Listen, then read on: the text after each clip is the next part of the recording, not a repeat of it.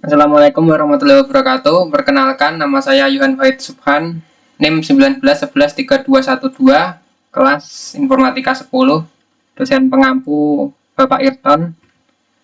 Kali ini saya akan menjelaskan tentang HAM atau hak asasi manusia. Istilah HAM. HAM berasal dari tiga kata, yaitu hak, asasi, dan manusia. Hak berasal dari bahasa Arab haka yang berarti benar, pasti, nyata, tetap, dan wajib.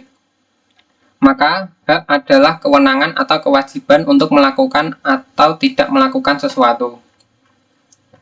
Asasi berasal dari kata asa, yausu, asasan, yang artinya membangun.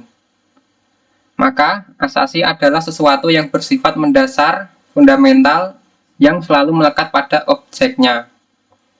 Manusia berasal dari kata Indonesia yang berarti umat, ciptaan, Tuhan yang berakal, budi.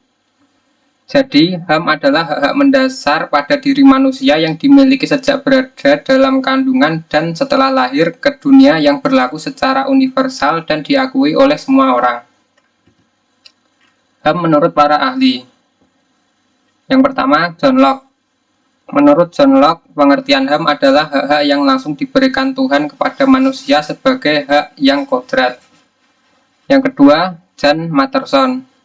Menurut John Matterson, pengertian HAM adalah hak-hak yang ada pada setiap manusia yang tanpanya manusia mustahil dapat hidup sebagai manusia.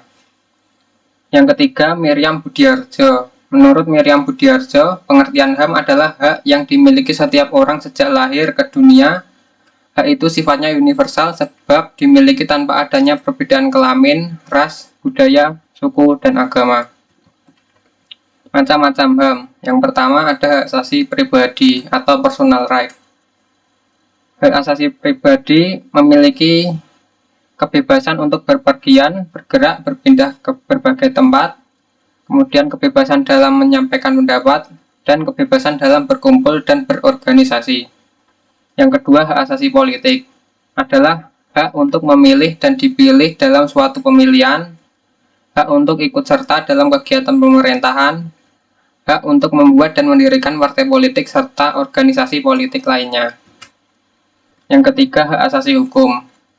Hak asasi hukum memiliki beberapa kewenangan. Yang pertama, hak untuk mendapat perlakuan yang sama dalam hukum dan pemerintahan, hak untuk menjadi pegawai negeri sipil atau PNS, hak dalam mendapat dan memiliki pembelaan hukum pada peradilan. Yang keempat, hak asasi ekonomi, yaitu hak kebebasan melakukan kegiatan transaksi jual-beli, hak kebebasan mengadakan perjanjian kontrak, hak kebebasan menyelenggarakan sewa-menyewa dan utang piutang. Yang kelima, hak asasi peradilan. Hak asasi peradilan memiliki beberapa kewenangan, yaitu hak memperoleh kepastian hukum, hak menolak untuk dilakukannya penggeledahan tanpa adanya surat penggeledahan, dan hak untuk mendapatkan perlakuan yang adil di dalam hukum. Undang-undang yang mengatur tentang HAM berikut ini. Pelanggaran HAM yang terjadi di Indonesia. Yang pertama, peristiwa pembantaian di Rawagede tahun 1945. Kedua, peristiwa tragedi pembantaian massal PKI tahun 1965 sampai 1966. Ketiga, peristiwa Tanjung Priok tahun 1984. Yang keempat, peristiwa penembakan misterius Petrus tahun 1982 sampai 1985. Yang kelima, peristiwa Santa Cruz tahun 1991, dan masih banyak lagi. Mungkin sekian yang dapat saya sampaikan. Terima kasih. Wassalamualaikum warahmatullahi wabarakatuh.